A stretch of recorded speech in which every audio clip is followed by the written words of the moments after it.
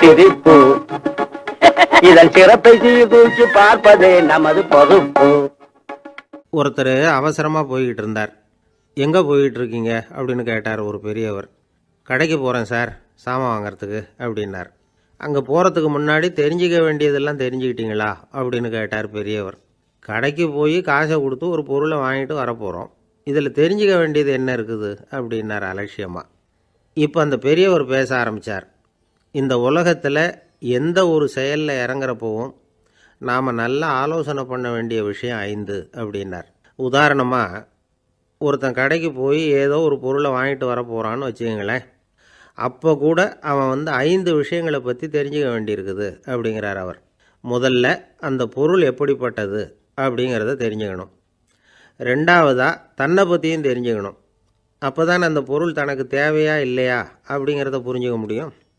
மூணாவதாக தெரிஞ்சுக்க வேண்டியது ஒன்று இருக்குது. அது என்னென்னா, அந்த பொருளை அடையிறதுக்கு வழி என்ன அப்படிங்கிறத தெரிஞ்சுக்கணும். அதாவது எவ்வளவு பணம் கொடுத்தா அது கிடைக்கும், இது மாதிரியான விஷயங்கள். நாலாவதாக அந்த பொருளை அடையிறது மூலமாக நாம் அடையக்கூடிய பயன் என்ன அப்படிங்கிறதையும் உணரணும். அஞ்சாவது, அந்த பொருளை அடையிறதுல இருக்கக்கூடிய தடை எது அப்படிங்கிறதையும் நாம் தெரிஞ்சுக்கணும். பெரியவர் பேசுகிறது ஏதோ தத்துவம் மாதிரி தெரியுது இல்லையா? தத்துவம்தான். அதாவது இப்படி உலகியல் வாழ்க்கையில் சின்ன சின்ன விஷயங்கள்லேயே நாம் 5 விஷயங்களை தெரிஞ்சுக்க வேண்டியிருக்குது. அது ரொம்ப அவசியமாக இருக்குது. பேரின்ப நிலைன்னு சொல்கிறாங்கள்ல, அது மாதிரி பெரிய சமாச்சாரங்கள்லேயும் இந்த 5 விஷயங்களை நாம் தெரிஞ்சுக்க வேண்டியிருக்குது. அதுக்கு பேர் என்னன்னா அர்த்த பஞ்சகம். வைணவ சமயத்தில் அர்த்த பஞ்சகம்ங்கிறது ரொம்ப பெரிய விஷயம். கடைக்கு போகிறது மாதிரி கடவுளை பார்க்க போகிறப்பவும் நாம் 5 விஷயங்களை தெரிஞ்சுக்கணுமா. முதல்ல பரம்பொருள் அப்படிங்கிறது என்ன, அதோட தன்மைகள் என்ன, இதை தெரிஞ்சுக்கணும். இதுக்கு பேர் என்னென்னா பரமாத்ம ஸ்வரூபம் அப்படின்னு பேர்.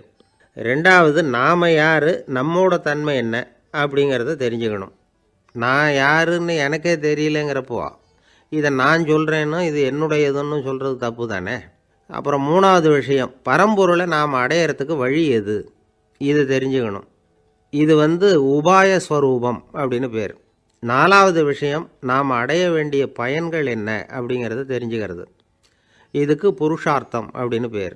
அஞ்சாவது, அந்த பயனை அடைய விடாமல் தடுக்கிற தடைகள் யாவை அப்படிங்கிறத தெரிஞ்சுக்கிறது. இது விரோதி ஸ்வரூபம். இதைத்தான் தடையியல் அப்படின்னு சொல்கிறாங்க. அதாவது பரமாத்மாவை பற்றிய அறிவு, ஜீவாத்மாவை பற்றிய அறிவு, உபாயம் பற்றிய அறிவு, புருஷார்த்தம் பற்றிய அறிவு, இந்த 4 அறிவுக்கும் எதிரடையாக, அதாவது அதையெல்லாம் தப்பாக புரிஞ்சுக்கிறதால உண்டாகக்கூடிய அறிவு விரோதி ஸ்வரூபம். என்ன இது தகவலில் ஏதாவது கதை சொல்லுவீங்கன்னு பார்த்தா ஏதோ தத்துவம் பேசிகிட்டு இருக்கிறீங்களே அப்படின்னு நினைக்கலாம். இதுவும் தெரிஞ்சிக்க வேண்டிய ஒரு பெரிய விஷயந்தான். காதில் போட்டு வச்சா எப்போவாவது உபயோகப்படும். என்னுடைய நண்பர் ஒருத்தர் ஒரு நாள் என்கிட்ட சொன்னார், சார், அடுத்த மாதம் தஞ்சாவூரில் ஒரு கல்யாணம், போகிறதா வேண்டாமா அப்படின்னு ஒரே குழப்பமாக இருக்குது அப்படின்னார். நான் உடனே இந்த அர்த்த பஞ்சக உபதேசம் பண்ண ஆரம்பித்தேன். அவர் எல்லாத்தையும் பொறுமையாக கேட்டுவிட்டு, சரி சார், நான் போகிறதுன்னு முடிவு பண்ணிவிட்டேன்னார். எப்படி இந்த முடிவுக்கு வந்தீங்க அப்படின்னு கேட்டேன். அவர் சொன்னார், சார், அந்த 2வது பாயிண்ட் ஒன்று சொன்னீங்களே, அதை புரிஞ்சுக்கிட்டதுக்கு அப்புறம்தான் இந்த முடிவுக்கு வந்தேன் அப்படின்னார். என்ன 2வது பாயிண்ட்டுன்னு? அதாவது தன்னை பற்றி புரிஞ்சுக்கணும் அப்படின்னு சொன்னீங்க. உடனே என்னை பற்றி புரிஞ்சுக்கிட்டேன், நான் யாருங்கிறது எனக்கு தெரிஞ்சுது, உடனே போகிறது தான் நல்லதுன்னு முடிவு பண்ணிவிட்டேன்னார். நீங்கள் யாருன்னு கேட்டேன். நான் தான் சார் அந்த கல்யாணத்தில் தாலி கட்ட வேண்டிய மாப்பிள்ளை அப்படின்னார். அந்த காலத்தில் அண்ணாமலை ரெட்டியார்னு ஒருத்தர் இருந்தார். அவர் வெங்கனூர் அப்படிங்கிற கிராமத்தில் இருந்தார். அங்கேருந்து விருத்தாசலம் கோவிலுக்கு தவறாமல் போயிட்டு வந்துக்கிட்டு இருந்தார். இடையில் வெள்ளாறு, அதில் ஒரு சமயம் வெள்ளம் வந்துட்டுது. இவரால் போக முடியல. அதோட விளைவு வெங்கனூர்லேயே ஒரு கோவில் கட்டணும் அப்படின்னு முடிவு பண்ணார், சிவாலயம். அந்த சமயத்தில் வடநாட்டில் பஞ்சம். அதனால் அங்கே இருந்த பல சிற்பிகள் தென்னாட்டை நோக்கி வர ஆரம்பித்தாங்க. அவங்க வெங்கனூர் வழியாக வர்றது தெரிஞ்சதும் இவர் போய் பார்த்தார். இங்கே ஒரு கோவில் கட்டணும், அதுக்கு நீங்கள் உதவணும்னார். பஞ்ச காலத்தில் இப்படி ஒரு வாய்ப்பு கிடைச்சதில் அவங்களுக்கும் ரொம்ப மகிழ்ச்சி. உற்சாகத்தோடு ஒத்துக்கிட்டாங்க. ஆலய திருப்பணி ஆரம்பமாச்சு. அவங்களுக்கு வேண்டிய எல்லா வசதிகளையும் இவர் செஞ்சு கொடுத்தார். அவங்களுக்கு எந்த குறையும் இல்லாமல் பார்த்துக்கிட்டார். அது மட்டும் இல்லை, ஒவ்வொரு நாளும் அங்கே வருவார். உங்களுக்கு என்ன வேணும் எது வேணும்னு கேட்பார். ஏதாவது குறை இருந்தால் சொல்லுவாங்க, உடனே தீர்த்து வைப்பார். இவரும் கேட்பார், எந்த குறையாக இருந்தாலும் என்கிட்ட சொல்லுங்க அப்படின்னு சொல்லுவார். அதை தவிர இவராகவே கவனித்தும் அவங்களுக்கு என்னென்ன தேவைங்கிறத கண்டுபிடிச்சி அதையெல்லாம் கொடுத்துக்கிட்டு இருப்பார். என்ன தேவைன்னாலும் அதை நிறைவேற்றி வச்சுருவார். அந்த சிற்பிகளின் தலைவன் ஒருத்தன், அந்த ஆளுக்கு வெத்தலை பாக்கு போடுறது பழக்கம். இதை தெரிஞ்சுக்கிட்டு அதுக்காகவே ஒரு ஆளை ஏற்பாடு பண்ணார். வேணுங்கிறப்போலாம் நீ வெத்தலை சீவல் மடித்து கொடுக்க வேண்டியது உன் வேலை அப்படின்னு ஒருத்தனை ஏற்பாடு பண்ணிட்டார். இப்படியெல்லாம் செஞ்சதும் அவங்களுக்கும் ரொம்ப உற்சாகம். ரொம்ப பொறுப்பாக சிற்ப வேலைகளை செஞ்சுக்கிட்டு இருக்கிறாங்க. ஒரு நாள் என்னாச்சு தெரியுமா? அந்த சிற்பிகளின் தலைவன் ரொம்ப நுணுக்கமாக ஒரு வேலையை செஞ்சுக்கிட்டு இருக்கிறான். சாரம் போட்டு அது மேலே படுத்துக்கிட்டு அண்ணாந்து பார்த்து உச்சியில் நுணுக்கமான சிற்பங்களை உருவாக்கிக்கிட்டு இருக்கான். சிற்பியின் கவனம் செதறப்படாதுங்கிறதுனால இவர் மெதுவாக சத்தம் போடாமல் கிட்ட போய் நின்று அதை கவனிச்சிக்கிட்டு இருக்கிறார். அந்த சிற்பி வழக்கம் போல் வெத்தலை பாக்குக்காக இடது கையை கீழே நீட்டினான். அந்த சமயம் பார்த்து அவருக்கு தாம்பூலம் கொடுக்குறவன் அங்கே இல்லை, எங்கேயோ போயிருக்கிறான். அண்ணாமலை ரெட்டியார் என்ன பண்ணார் தெரியுமா? தனக்காக கொடுக்கப்பட்ட தாம்பூலத்தை வாங்கி சிற்பியின் கையில் கொடுக்குறார். அவன் வாங்கி போட்டுக்கிட்டான். இது என்ன இன்னைக்கு வெத்தலை சீவல் வேறு மாதிரி இருக்குது, வாசனை தாம்பூலமாக இருக்குது அப்படின்னு யோசனை பண்ணிவிட்டு கீழே திரும்பி பார்க்குறார். பார்த்தா ரெட்டியார் மறுபடியும் சிற்பி கை நீட்டும் பொழுது கொடுக்கறதுக்காக தாம்பூலத்தை மடித்து வாங்கி வச்சுக்கிட்டு தயாராக நிற்கிறார். சிற்பிக்கு அதிர்ச்சி. உடனே பொத்துன்னு கீழே குதிச்சான். ஐயா, என்ன இது நீங்களா அப்படின்னா. இவர் சொன்னார், நான் ஒன்றும் தப்பு பண்ணலையே, உன்னுடைய கை புண்ணியம் செஞ்ச கை, கோயில் கட்டுற கை, அந்த கைக்கு தாம்பூலம் கொடுக்கறதுல என்ன தப்பு அப்படின்னாராம். ஏற்கனவே பஞ்சத்தில் அடிபட்டு வந்த எங்களை நீங்கள் ஆதரித்ததே பெரிய விஷயம். இந்த செயல் என்னை ஒரு பெரிய கடனாளி ஆகிவிட்டது. ஐயா, எங்களுக்கு உணவு உடை இதை மட்டும் நீங்கள் கொடுத்தா போதும், ஊதியம்னு எதுவும் வாங்க மாட்டோம் அப்படின்னு நானும். அந்த சிற்பி எவ்வளோ வற்புறுத்தியும் எதுவும் வாங்கிக்கலையாம். இந்த செய்தியை தமிழ் தாத்தா டாக்டர் ஊவேசா சொல்லியிருக்கிறார். அந்த காலத்தில் எப்படிப்பட்டவங்கள்லாம் வாழ்ந்துருக்கிறாங்க பாருங்கள். இந்த காலத்தில் ஒருத்தர் கோவில் கட்டினார், வேலை செய்கிற எல்லாருக்கும் சாப்பாடு போடுவார். சிற்ப வேலை செஞ்சுட்டு சாப்பிட வர்ற ஒவ்வொருத்தர் கையையும் அன்பாக பிடிச்சி முத்தம் கொடுத்து உள்ளே அனுப்புவார். அந்த கைகளுக்கு நீங்கள் கொடுக்குற மரியாதையாது அப்படின்னு கேட்டாங்க. அடா, அது இல்லைங்க, ஏற்கனவே முதல் பந்தியில் சாப்பிட வந்தவன் மறுபடியும் வர்றானான்னு கண்டுபிடிக்கிறதுக்காக கையை பிடிச்சி மோந்து பார்க்குறேன் அப்படின்னாராம் அவர். பிரம்மத்தை அறிந்தவன் பிரம்மமாகிறான் அப்படின்னு ஒரு பெரியவர் பேசினார் ஒரு கோவிலில். தைத்திரிய உபனிஷத்து அப்படி சொல்லுதான். இதை கேட்கும் பொழுது நமக்கு ஒரு சந்தேகம் வரும். அது எப்படி? பிரம்மத்தை அறிந்தவன் பிரம்மம் ஆகிறான்னா, சிங்கத்தை அறிந்தவன் சிங்கம் ஆகிறானா, தோசையை அறிந்தவன் தோசை ஆகிறானா? இப்படிப்பட்ட சந்தேகம் நமக்கு வர்றதில் ஒன்றும் ஆச்சரியம் இல்லை. இது இயற்கை. இதுக்கும் அந்த பெரியவரே பதில் சொல்கிறார். சிங்கம் வேற, நாம் வேற. அதனால் சிங்கத்தை அறிந்தவன் சிங்கம் ஆக மாட்டான். ஆனால் பிரம்மம் வேற, நாம் வேற இல்லை. அதனால் பிரம்மத்தை அறிந்தவன் பிரம்மமாகிறான் அப்படிங்கிறது அவரோட விளக்கம். மனிதன் அவன்தான் தான் பிரம்மங்கிறது தெரியாதனால தான் அதை வேறு எங்கேயோ தேடிகிட்டு இருக்கிறான். கடைசியில் அது தான் தாங்கிறது புரிஞ்சுக்கிற பொழுது அவன் பிரம்மம் ஆகிடுறான். இதை விளக்கிறதுக்கு ஒரு உபநிஷத்து கதையே இருக்குது. நமக்கு தெரிஞ்ச கதை தான், ஆனால் அதை வேறு விதமான அர்த்தத்தில் விளையாட்டாக சொல்லிகிட்டு இருக்கிறோம். ஒரு சமயம் ஒரு 10 நண்பர்கள் ஒரு காட்டு வழியாக போய்கிட்டு இருக்கிறாங்க. குறுக்க ஒரு நதி, அதை கடந்து அடுத்த பக்கம் போகணும். எல்லோரும் ஒரு வழியாக கடந்து அடுத்த கரைக்கு போய் சேர்ந்துட்டாங்க. அங்கே போய் சேர்ந்ததுக்கப்புறம் எல்லோரும் பத்திரமா சேர்ந்துட்டோமா அப்படின்னு தெரிஞ்சுக்கிறதுக்காக எண்ணி பார்க்குறான் அந்த கூட்டத்து தலைவன். அவங்க மொத்தம் 10 பேர். ஆனால் அவன் எண்ணி பார்க்குறப்போ 9 தான் வருது. ஏன்னா அவன் தன்னை விட்டுவிட்டான். எதிரில் நிற்கிறவங்கள மட்டுமே எண்ணுறான். ஐயோ 10வது ஆள் எங்கேங்கிறான், பதறான். சரி நீ இரு, நான் எண்ணி பார்க்குறேன்னு சொல்லிவிட்டு இன்னொருத்தன் எண்ணுறான். அவனும் தன்னை விட்டுட்டு எண்ணுறான். 9 தான் வருது. எல்லோரும் கொய்யோ முறையோன்னு கத்த ஆரம்பிச்சிட்டாங்க. அந்த சமயத்தில் ஒரு பெரியவர் அந்த பக்கமாக வர்றார். என்ன விஷயம்னு விசாரிக்கிறார். 10வது ஆள் 6 அடிச்சுட்டு போட்டுது அப்படின்னு சொல்லி இவங்க அழறாங்க. சரி அழாதீங்க அப்படின்னு சொல்லி அந்த தலைவனை பார்த்து இப்படி வாங்குறார். வர்றான். இப்போ எனக்கு முன்னாடி ஒரு தரம் எண்ணு பார்க்கலாம்ங்கிறார். 1 2 3ன்னு ஆரம்பித்து 9ல் முடிக்கிறான். உடனே பெரியவர் நீ தான் அந்த 10வது ஆள் அப்படிங்கிறார். இது உண்மை. நாம் தான் அது. நாம் தான் நம்மளை வேறு எங்கேயோ தேடிகிட்டு இருக்கிறோம். நாம் எங்கேயோ தேடிகிட்டு இருக்கிறோமே, அந்த பிரம்மம் நாம் தான். இப்படி ஒரு பெரிய உண்மையை விளக்கறதுக்காக தான் அப்படி ஒரு கதை சொல்லப்பட்டது. ஆனால் அதை நாம் வேறு விதமாக வேடிக்கையாக உபயோகப்படுத்திக்கிட்டு இருக்கிறோம். எப்படி தெரியுமா? ஒரு ஆத்தங்கரையில் ஒரு 10 பேர் முழிச்சுக்கிட்டே நின்றுக்கிட்டு இருந்தாங்களாம். அந்த பக்கமாக வந்த ஒருத்தன், ஏன் இப்படி முழிச்சுக்கிட்டு நிற்கிறீங்கன்னு கேட்டிருக்கிறான். எங்களுக்கு நீச்சல் தெரியாது, நாங்கள்லாம் அடுத்த கரைக்கு போய் சேரணும் அப்படின்னாங்களாம். சரி, நாங்கள் விட்டுட்டு போய் விட்றேன். எல்லாரும் அக்கறைக்கு போய் சேர்ந்த உடனே ஆளுக்கு ₹1 வீதமாக மொத்தம் ₹10 எனக்கு கொடுக்கணும் அப்படின்ட்டுருக்கான் இவன். சரின்னு ஒத்துக்கிட்டாங்க. இவன் ஒவ்வொருத்தராக கையை பிடிச்சி மெதுவாக ஆற்றுல இறக்கி அழைச்சிட்டு போயிட்டான். 9 பேரை கரை சேர்த்துட்டான். 10வது ஆள் பாதி ஆற்றுல போயிட்டு இருக்கிறப்போ திடீர்னு வெள்ளம் வந்துட்டுது. புடி நழுவி போச்சு. கையை விட்டுட்டான். வெள்ளம் அடிச்சிட்டு போட்டுது. அழைச்சிட்டு வந்தவன் நீச்சல் அடித்து தடுமாறி கரைக்கு வந்து சேர்ந்துட்டான். கரையில் இருந்தவங்களுக்கு இந்த விஷயம் தெரியாது.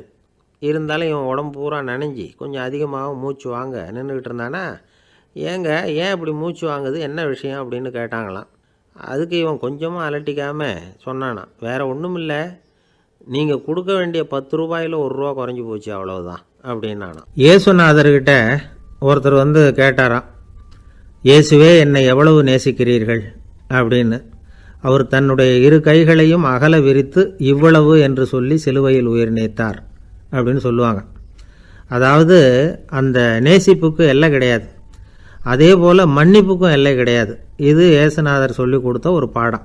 இயேசுனுடைய சீடர்களில் ஒருத்தன் பீட்டர், அவன் ஒரு நாள் இயேசுநாதர்கிட்ட கேட்டிருக்கான், இயேசுவே நான் என்னுடைய தம்பிக்கிட்ட அடிக்கடி சண்டை போட்டுக்கிட்டு இருக்கிறேன், என்னுடைய சகோதரன் கூட, அவனை நான் எத்தனை தடவை மன்னிக்கிறது? ஏற்கனவே 7 தடவை அவனை மன்னிச்சுட்டேன் அப்படின்னு சொல்லியிருக்கிறான். அப்போது இயேசு சொன்னாராம், மன்னிக்கிறதுக்கு எத்தனை தடவைங்கிற கணக்கெல்லாம் கிடையாது, எத்தனை தடவை உன்னுடைய சகோதரன் உன்னை கோபப்படுத்துகிறானோ அத்தனை தடவை நீ மன்னிக்கிறதுக்கும் தயாராக இருக்கணும், அதுதான் அப்படின்னு சொன்னாராம். அப்போ இவனுக்கு ஒன்றும் புரியல, இது என்ன அவன் தப்பு பண்ணிக்கிட்டே இருப்பான், நாம் மன்னிச்சுக்கிட்டே இருக்கிறதா அப்படிங்கிறது மாதிரி குழப்பமாக இருந்திருக்கிறான். அப்போது இயேசுநாதர் தன்னுடைய சீடன் பீட்டர்கிட்ட ஒரு கதை சொன்னாராம். அந்த கதை இன்றைக்கு நாம் எல்லாரும் சிந்தித்து பார்க்க வேண்டிய ஒரு கதை. அதாவது மன்னிப்பை விரும்புகிறவர்கள் மன்னிக்கவும் தயாராக இருக்க வேண்டும் அப்படிங்கிறது தான் அந்த கதையினுடைய தத்துவம். அந்த இயேசுநாதர் சொன்ன கதை என்னென்னா, ஒரு மன்னர் இருந்தார். அவர் ஒரு நாள் அரண்மனையில் உட்காந்து கணக்கு வழக்குகள்லாம் பார்த்துக்கிட்டு இருந்தார். நம்ம அரண்மனையிலேருந்து யார் யார் அரசாங்க கடன் வாங்கியிருக்கிறாங்க, யார் யார் திருப்பி செலுத்தியிருக்கிறாங்க அப்படிங்கிற விவரத்தையெல்லாம் பார்த்துக்கிட்டு இருந்தார். அப்போ தான் புரிஞ்சுது, அந்த அரண்மனையில் வேலை செய்கிற ஒருத்தனே அரசாங்க கடன் வாங்கியிருக்கிறான். எவ்வளவு? 10,000 பொற்காசுகள் வாங்கியிருக்கான் கடன். இந்த 10,000 பொற்காசுகளை திருப்பி செலுத்தலை அரசாங்கத்துக்கு. இது மன்னர் கவனத்துக்கு வந்தது. உடனே நம்ம அரண்மனையில் இருக்கிறவனே அரசு கடன் வாங்கி திருப்பி செலுத்தாமல் இருக்கான், அவனை கூப்பிட்டு வாங்கன்னு சொல்லி கூப்பிட்டுட்டு வந்தாங்களாம். விசாரிச்சிருக்கிறாங்க, என்னப்பா நீ எவ்வளோ ஒன்று? ஆமாங்க, 10,000 பொற்காசுகள் வாங்கியிருக்கிறேன், இன்னும் திருப்பி கட்டலைன்றிருக்கான். உடனே அவர் மன்னர் சொல்லியிருக்கிறார், நம்ம சட்டத்திட்டப்படி நீ உடனே பணத்தை திருப்பி கட்டிடு, அப்படி உன்னால் கட்ட முடியலன்னா உன்னுடைய வீடு வாசல் சொத்து சுகம் எல்லாத்தையும் விற்று அந்த பணத்தை அரசு கருவூலத்தில் சேர்த்துக்கிறதுக்கு நானே ஏற்பாடு பண்ணிடுறேன் அப்படின்னு அந்த மன்னர் சொன்னாராம். இவன் அப்படியே அதிர்ச்சி ஆகிட்டான், அப்படியே பொத்துன்னு காலில் விழுந்தானா, மன்னா என்னை மன்னிச்சுங்க, என்னால் முடியல, எனக்கு மன்னிப்பு கொடுங்க அப்படின்ட்டுருக்கான். உடனே அவர் எழுந்திரிச்சு, சரி நீ மன்னிப்பு கேட்டுவிட்ட, அதனால் உன்னை மன்னிக்கிறேன், நீ பணம் கட்ட வேண்டாம் அப்படின்னு சொல்லி அந்த மன்னர் அவனை விட்டுட்டாராம். பணத்தையும் தள்ளுபடி போட்டார், நீ திருப்பி கட்ட வேண்டான்னு. இவனுக்கு ரொம்ப மகிழ்ச்சி, அதனால் ரொம்ப உல்லாசமாக வந்துகிட்டு இருக்கிறான். தெருவில் வந்துக்கிட்டு இருக்கிறப்ப இவங்கிட்ட கடன் வாங்கின ஒருத்தன் எதுக்கு வந்துக்கிட்டு இருக்கான். அவன் இவங்கிட்ட ஒரு 100 பொற்காசுகள் கடன் வாங்கியிருக்கான். அவன் வந்தான், இவன் போய் அவன் சாட்டையாக பிடிச்சிக்கிட்டான், நீ எப்படா என் கடனை திருப்பி கொடுக்க போகிறேன்னு. அவன் இப்போ முடியல, கொஞ்சம் பொறுத்துக்கா, அப்புறம் தரேன் இருக்கான். அதெல்லாம் முடியாது, நீ கொடுத்து தான் ஆகணும் அப்படின்னு இவன் புடிவமாக சொல்கிறான். இப்போ நிலைமையை பாருங்கள், இவன் ஏற்கனவே 10,000 பொற்காசுகள் அரசாங்கத்தில் கடன் வாங்கினா அதுக்கு மன்னிச்சு விட்டுட்டார் இவனை. ஆனால் இவன் இன்னொருத்தனை மன்னிக்கிறதுக்கு தயாராக இல்லை. இவங்கிட்ட கடன் வாங்கின இன்னொருத்தன் 10 பொற்காசுகள், அவனை மன்னிக்க தயாராக இல்லை. அவனை கொண்டு போய் நீதிமன்றத்தில் கொண்டு போய் நிறுத்தி தண்டனை வாங்கி கொடுத்துட்டான். நீதிபதி என்ன சொன்னார், அந்த இவன் வாங்கின பொற்காசுகளை திருப்பி கட்டுற வரைக்கும் ஜெயிலில் இருக்கணுங்கிறது தீர்ப்பு. ஆனால் உடனே அரசர் காதில் விழுந்தது. சொல்லிட்டாங்க, உங்ககிட்ட மன்னிப்பு வாங்கிட்டு போனானே ஒருத்தன், அவன் இன்னொருத்தனை மன்னிக்கிறதுக்கு தயாராக இல்லை, அவனை கொண்டு போய் ஜெயிலில் அடைச்சிட்டான் அப்படின்னு. உடனே மன்னர் பார்த்தார், இவனை மறுபடியும் கூப்பிட்டு வர சொன்னார். தபாரப்பா, நான் உன்னை மன்னிச்சு விட்டேன், ஆனால் நீ இன்னொருத்தனை மன்னிக்கிறதுக்கு தயாராக இல்லை, அதனால் என்னுடைய தீர்ப்பையும் மாற்றுறேன், நீயும் அரசு கடன் தீர்ற வரைக்கும் ஜெயிலில் தான் இருக்கணும் அப்படின்னு சொல்லி ஜெயிலுக்கு அனுப்பிச்சிட்டாராம். இப்படி ஒரு கதையை இயேசுநாதர் தன்னுடைய சீடருக்கு சொன்னதாக ஒரு வரலாறு. அது என்ன, அதிலேருந்து நாம் புரிந்து கொள்ள வேண்டியதுன்னா, நாம் மன்னிக்கப்படணும்னு நாம் விரும்புகிறோம்னா நாம் இன்னொருத்தரை மன்னிக்கிறதுக்கு தயாராக இருக்கணும். அதனால் நாம் இன்னொருத்தரை யாரையும் மன்னிக்க மாட்டோம், ஆனால் என்ன இன்னொருத்தர் மன்னிக்கணும் அப்படிங்கிறது மாதிரி செய்யக்கூடாதுன்னு சொல்லுவாங்க. அது மாதிரி நாம் இப்போ இது தப்பாக புரிஞ்சுக்கிறவங்களும் இருக்கிறாங்க. பாவம் மன்னிப்புங்கிறதுலாம் எதுக்குன்னா, அதாவது மறுபடியும் பாவம் செய்யாமல் இருக்கிறதுக்காக தான். அதான் மன்னிக்கிறாரே அப்படிங்கிறதுக்காக மறுபடியும் பாவம் பண்ணிகிட்டு இருக்கிறது இல்லை. அதான் ஒருத்தர் கேட்டாராம், பாவத்திலேருந்து மன்னிப்பு கிடைக்கணும்னா நீ என்ன செய்யணும் அப்படின்னு கேட்டிருக்கார். அதுக்கு அவன் சொல்லியிருக்கிறான், நான் முதல்ல பாவம் செய்யணும், அப்போ தானே மன்னிப்பு கிடைக்கும் அப்படின்னு நானாம். இப்படிப்பட்டவர்கள் தான் இன்றைக்கி உலகத்தில் அதிகமாக இருக்கிறாங்க. அதனால் இந்த மன்னிப்பின் மகத்துவங்கிறது இயேசுநாதர்கிட்டேருந்து தான் நாம் புரிஞ்சுக்கணும். அந்த இயேசு சொன்ன அந்த மன்னிக்கிற மனோபாவம் இருந்தால் இன்றைக்கி உலகம் பூராவும் அமைதி பூங்காவாக இருக்கும். அதில் ஒன்றும் ஆச்சரியமே இல்லை, அதில் ஒன்றும் சந்தேகமும் இல்லை. அதனால் மன்னிக்கிற மனோபாவத்தை நாம் எல்லாரும் நமக்குள்ளே வளர்த்து கொள்ள வேண்டும் அப்படிங்கிறது தான் நாம் இன்றைக்கு எல்லோரும் சிந்தித்து பார்க்க வேண்டிய ஒரு செய்தி. ஒரு வயசான அம்மா தெரு வழியாக போயிட்டு இருந்தாங்க. அவங்க கையில் என்னத்தையோ வச்சுக்கிட்டு அதை அடிக்கடி பார்த்துக்கிட்டே இருந்தாங்க. ஒருத்தன் மெதுவாக அவங்கக்கிட்ட போய் கையில் இருக்கிறது என்ன அப்படின்னு எட்டி பார்த்தா அவங்க கையில் 4 பல் இருந்துதான். இவன் ஆச்சரியமாக அந்த அம்மாவை பார்த்தான். ஏம்மா உனக்கு என்ன பைத்தியமா, ஏது இந்த பல், இதை என்னத்துக்காக கையில் வச்சுக்கிட்டு அலைஞ்சிக்கிட்டு இருக்கிற அப்படின்னு கேட்டிருக்கான். அதுக்கு அந்த அம்மா விவரம் சொல்ல ஆரம்பித்தாங்களாம். இதை பாருப்பா, எனக்கு ஒரு மகன் இருந்தான், அவனை ரொம்ப செல்லமாக வளர்த்தேன். அவனை தரையிலே நடக்க விடுறதில்ல, எப்பவும் தூக்கி வச்சுக்கிட்டு இருப்பேன். அவன் நல்லா பெரியவனாகி பள்ளிக்கூடம் போகிறப்ப கூட அவன் புஸ்தக மூட்டையை நான் தான் சுமந்துக்கிட்டு போவேன். பார்க்குறவங்க கூட கேலி பண்ணுவாங்க, ஏம்மா படிக்க போகிறது நீயா உன் பிள்ளையான்னு கேட்பாங்க. அவன் இன்றைக்கி எவ்வளோ பெரிய மனுஷன் ஆகிட்டான், வெளிநாட்டில் பெரிய உத்தியோகத்தில் இருக்கான். சமீபத்தில் இங்கே வந்துட்டு போனான். ஒரு நாள் ஏதோ கோபத்தில் என்ன அரைஞ்சுட்டான். அப்போ இந்த 4 பல்லும் கீழே விழுந்துட்டுது. இன்னமும் கூட விழுந்திருக்கும், ஆனால் பல்லு தான் இல்லை. என் புள்ள அரைஞ்சதுனால விழுந்த பல்லு இல்லையா அது, அதனால் இதை எப்பவும் என் கையிலேயே வச்சுக்கிட்டு ஆசையோடு பார்த்துக்கிட்டு இருக்கிறேன்.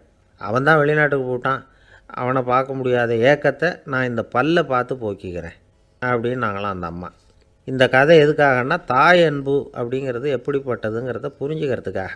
கல்யாணம் ஆனதுக்கப்புறம் தாயை மறந்து விட்றவங்க எத்தனை பேர் இந்த உலகத்தில், அவங்க காதில் வேணுங்கிறதுக்காக தான் இந்த தகவல். ஆனால் ஒரு விஷயம் மட்டும் நல்லா புரிஞ்சுக்கணும், தாயை மதிக்க தெரிஞ்சவங்க தான் இன்றைக்கி வாழ்க்கையில் எல்லா விதத்துலேயும் முன்னுக்கு வந்திருக்கிறாங்க. வேணும்னா விசாரித்து பார்த்துக்குங்க. இன்னொரு அம்மா இருந்தாங்க, அவங்க தினமும் ஒரு கோயிலுக்கு வருவாங்க. சாமியை பார்த்து, கடவுளே நான் இறந்து போனால் நரகத்துக்கு போகணும் அப்படின்னு வேண்டிக்குவாங்களாம். எல்லோரும் சொர்க்கத்துக்கு போகணும்னு தானே கடவுள்கிட்ட வேண்டிக்குவாங்க. இந்த அம்மா தினம் நான் நரகத்துக்கு போகணும் அப்படின்னு வேண்டிக்கிறாங்க. அங்கேருந்து அர்ச்சகருக்கு இது சந்தேகம். ஒரு நாள் அதை நேரடியாகவே அவங்கக்கிட்ட கேட்டுவிட்டார். அதுக்கு அந்த அம்மா பதில் சொன்னாங்களாம், ஐயா எனக்கு கல்யாணம் ஆகி ரொம்ப நாள் வரைக்கும் குழந்த பாக்கியம் இல்லாமல் இருந்தது. கோயில் குளம் எல்லாம் சுற்றி வந்தேன். ரொம்ப நாள் கழித்து ஒரு குழந்த பிறந்தது, ஆண் குழந்தை. அவனை நான் ரொம்ப செல்லம் கொடுத்து வளர்த்தேன். அதோட விளைவு என்ன ஆச்சுன்னா, அவன் ரொம்ப மோசமாக ஆகிட்டான். கெட்ட பழக்க வழக்கம்லாம் கற்றுக்கிட்டான். அவன் இறந்து போனால் நிச்சயம் அவனுக்கு நரகம்தான் கிடைக்கும். அந்த அளவுக்கு கெட்டவன் அவன். அப்படிப்பட்ட காரியங்கள்லாம் பண்ணிகிட்ருக்கான், எனக்கு தெரியும். இவனுக்காக நரகத்தில் கூட யாரும் தயவு காட்ட மாட்டாங்க, தாட்சண்யம் காட்ட மாட்டாங்க. அதனால் இவனுக்கு முந்தி நான் இறந்து நரகத்துக்கு போயிட்டா அங்கே இவனை கவனிச்சிக்கலாமே, இவனுக்கு பணிவிடை செய்யலாமேன்னு பார்க்குறேன் அப்படின்னு நாங்களாம். அதனால தான் நான் நரகத்துக்கு போகணும்னு தினம் ஆண்டவனை வேண்டிகிட்டு இருக்கிறேன் அப்படின்னு கண்கலங்கி அந்த அம்மா சொன்னாங்களாம். அதுதான் தாய் உள்ளம்ங்கிறது. தாயின் பெருமையை சரியாக உணர்ந்துட்டா அவங்களுக்கு எப்பவும் எந்த கஷ்டமும் வராது. இது ஏதோ உபதேசத்துக்காக சொல்கிற வார்த்தை இல்லை, உண்மையான வார்த்தை. இந்த விவரத்தையெல்லாம் நண்பர் ஒருத்தர்கிட்ட சொல்லிக்கிட்டு இருந்தேன். அவர் கொஞ்ச நாள் கழித்து என்னை தேடி வந்தார். அவர் கையிலேயே 4 பல் வச்சுருந்தார். என்னங்க ஆச்சு, ஏதுங்க இந்த பல் அப்படின்னு விசாரித்தோம். உங்கள் உபதேசத்தை கேட்டுவிட்டு இந்த உலகத்தில் எல்லாரையும் தாயாக நினைக்க ஆரம்பிச்சிட்டேன். ஒரு அம்மாவை கடத்தரில் பார்த்து தாயேன்னு கூப்பிட்டேன். அவங்க உடனே பலார்னு என்னை அரைஞ்சிட்டாங்க, பல் விழுந்துட்டுது. அதை தான் பொறுக்கி எடுத்துக்கிட்டு நேராக உங்களை தேடி வந்துக்கிட்டு இருக்கிறேன்னார். தாயேன்னு தானே கூப்பிட்டீங்க, அதுக்கு ஏன் அரைஞ்சாங்க அப்படின்னு கேட்டோம். நான் தாயேன்னு கூப்பிட்டது அவங்க காதில் நாயேன்னு விழுந்துட்டு தான், அதுதான் இப்படி ஆயிட்டுது அப்படின்னார். ஊருக்கு வெளியில் அமைதியான ஒரு இடம், அங்கே ஒரு ஆசிரமம், அங்கே ஒரு சாமியார். அவர் தினமும் நல்ல போதனைகள்லாம் செய்வார். பல பேர் போய் அங்கேயே சில நாள் தங்கி இருந்து அவர் சொல்கிற அறிவுரைகளை எல்லாம் கேட்டுக்கிட்டு வர்றது வழக்கம். ஒரு தடவை அவரை பார்த்துட்டு போகிறதுக்காக 3 வெளியூர் தம்பதிகள் வந்தாங்களாம். அந்த மடத்திலேயே சாப்பிட்டுக்கிட்டு தங்கி இருந்து அவங்களுடைய போதனைகளை கேட்டுக்கிட்டு போகணுங்கிறது அவங்க நோக்கம். காலையில் குளிச்சுட்டு பூஜையில் உட்காந்தார் அந்த சுவாமி. இவங்களும் குளிச்சுட்டு அந்த பூஜையை பார்க்கறதுக்காக அவர் முன்னாடி வந்து உட்காந்தாங்க. பூஜை ஆரம்பமாச்சு. சம்பிரதாயப்படி அது ரொம்ப நேரம் நடந்துக்கிட்டே இருக்குது. இவங்களுக்கு நல்ல பசி இருந்தாலும் இந்த நேரத்தில் அதை எப்படி வெளியில் காட்டிக்கிறது? பேசாமல் இருந்தாங்க. அந்த சுவாமி பூஜையை முடித்தார். அதுக்கப்புறம் பேச ஆரம்பித்தார். பேச்சு அருமையாக தான் இருந்தது, அமிர்தமாக தான் இருந்தது. இருந்தாலும் இவங்களுக்கு இருக்கிற வயிற்று பசி அது சரியாக கவனிக்க விடலை. அந்த சுவாமியே இதை கவனித்ததா தெரியல. இவங்களுக்கு மனசுக்குள்ளே ஒரு எண்ணம், உள்ளே சாப்பாடு தயாராகிட்டு இருக்கும் போல இருக்குது, இந்த பேச்சு முடிஞ்சது நம்மளை உள்ளே அழைச்சிட்டு போய் சாப்பாடு போடுவாங்கன்னு நினைக்கிறோம் அப்படின்னு இவங்களாம் நினச்சிக்கிட்டாங்க. ஆனால் சுவாமி இதை பற்றி எதுவுமே பேசலை, கண்டுக்கலை. ஒரு அம்மாவால் அதுக்கு மேலே சும்மா இருக்க முடியுமா? முடியல. சாப்பாட்டை கவனிக்கலாமா அப்படின்னு சொல்லி மெதுவாக ஆரம்பித்தாங்க. கவனிக்கலாமே அப்படின்னு உள்ளே அழைச்சிட்டு போனார் சுவாமி. இவங்க ரொம்ப அவசரமாக எழுந்திரிச்சு உள்ளே ஓடினாங்க. அங்கே ஒரு மேஜை மேலே ஒரு கிண்ணம் மூடி இருந்தது.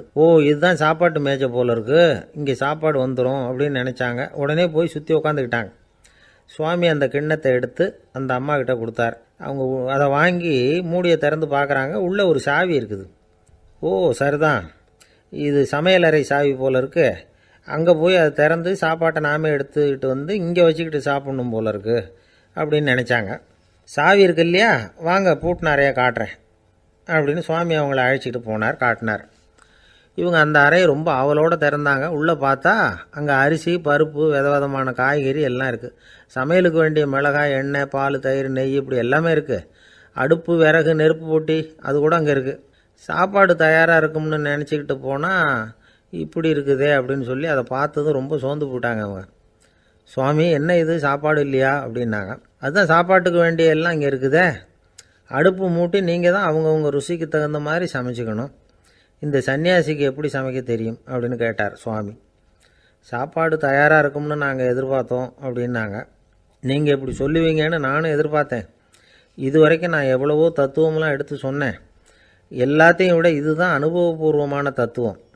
ஆண்டவன் நமக்கு நல்ல மனசை கொடுத்துருக்குறான், நல்ல வாய்ப்புகளையும் தந்திருக்கிறான், அதையெல்லாம் பயன்படுத்திக்கக்கூடிய மூளையையும் சிந்தனையையும் கொடுத்துருக்குறான். அதனால் அடுப்பை தான் நீங்கள் மூட்டணும்.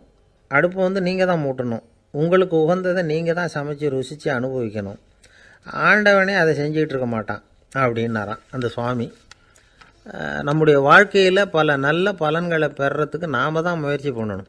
அதுக்குரிய சூழ்நிலையை தான் ஆண்டவன் கொடுப்பானே தவிர அதை விளக்கிறதுக்காக தான் அந்த சுவாமி அப்படி செஞ்சு காட்டியிருக்கிறார். இது ஒரு பெரியவர் இப்படி ஒரு விளக்கம் கொடுத்தார். அதுக்கப்புறம் அந்த 3 தம்பதிகளும் தெளிவடைஞ்சுட்டாங்களாம். நாம் தெளிவடைகிறது எப்போங்கிறது தான் தெரியல அப்படின்னு பல பேர் இதை கேட்டுட்டு சொல்லிகிட்டு இருக்கிறாங்க. இந்த கதையை நம்முடைய நண்பர் ஒருத்தர்கிட்ட சொன்னேன். அந்த நண்பர் ரொம்ப சந்தோஷப்பட்டார். நீங்கள் சொல்கிறது கரெக்டு சார், ஆனால் நான் அதை விட ஒரு படி மேலே சார். எனக்கெல்லாம் அரிசி, பருப்பு இருக்கிற ரூம் எதுன்னு கையை காட்டிட்டா போதும். உடனே கிண்ணத்துலேருந்து சாவியை எடுத்து கொடுக்கணுங்கிற அவசியம்லாம் இல்லை எனக்கு. அப்புறம் எப்படி ரூமை திறந்துருவீங்க அப்படின்னு கேட்டேன். பூட்டை உடச்சி திறந்துருவேன், அதுதான் எனக்கு பழக்கம் அப்படிங்கிறார். ஐயா, என்னுடைய நூல் வெளியீட்டு விழாவுக்கு அவசியம் நீங்கள் வரணும் அப்படின்னு கூப்பிட்டார் ஒருத்தர். எப்போ வரணும்னு கேட்டேன். அடுத்த வாரம்னார். சரி, புத்தகம் தயாராகிட்டுதா அப்படின்னேன். நாளைக்கு தான் அச்சிக்க கொடுக்க போகிறேன்னார். என்னங்க இது, புத்தகம் அச்சிடுறதுக்கு முன்னாடியே அழைப்புதழை அச்சடிச்சு விட்டீங்களே அப்படின்னு கேட்டேன். அதனால் என்னங்க, அந்த காலம் மாதிரி அப்போல்லாம் அச்சுக்கலை எவ்வளவோ முன்னேறியாச்சுங்க. Linotype, monotype, phototype, laser இப்படி என்னென்னமோ வந்தாச்சு. இன்றைக்கி கொடுத்தா நாளைக்கே புத்தகம் தயார் அப்படின்னார்.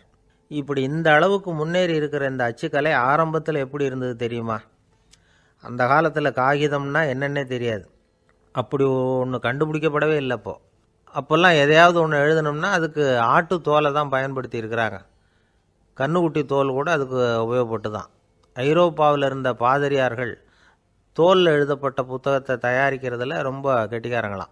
எகிப்து, அப்புறம் மத்திய தரைக்கடல் ஓரத்தில் உள்ள நாடுகள், இங்கெல்லாம் தோல் தான் எழுதுபொருளாக பயன்பட்டு வந்திருக்குது. ஆனால் நம்ம நாட்டில் ஓலைச்சுவடிகளை எழுத்துக்கு பயன்படுத்தி இருக்கிறாங்க. எழுதுறதுக்கு தோலை பயன்படுத்தினவங்க பிறகு பேப்பரைஸ் அப்படிங்கிற கோரை புல்லை வந்து அதுக்கு பயன்படுத்தினாங்களாம். இதெல்லாம் அப்படி கொஞ்சம் கொஞ்சமாக கண்டுபிடிச்சிட்டு வந்திருக்கிறாங்க. அந்த புல்லை வந்து கச்சிதமாக நறுக்க வேண்டியது, நல்லா பதப்படுத்த வேண்டியது, அதுக்கப்புறம் அதில் எழுத வேண்டியது, அவ்வளவுதான். பேப்பருங்கிற சொல்லே இந்த பேப்பைரஸ் அப்படிங்கிறதுலேருந்து வந்தது தான். அதுக்கப்புறம் தான் காகிதம் வந்தது. இதை முதல்ல சீன நாட்டில் தான் கண்டுபிடிச்சாங்க. அது வந்த பிறகு அச்சு எந்திரம் கண்டுபிடிக்க வேண்டிய அவசியம் ஏற்பட்டது. அதை கண்டுபிடிச்சவர் ஜெர்மானிய அறிவியல் அறிஞர் ஜான் கூட்டன்பர்க். அச்சு கலைக்கு அடித்தளம் அமைச்சவர் அவர் தான்.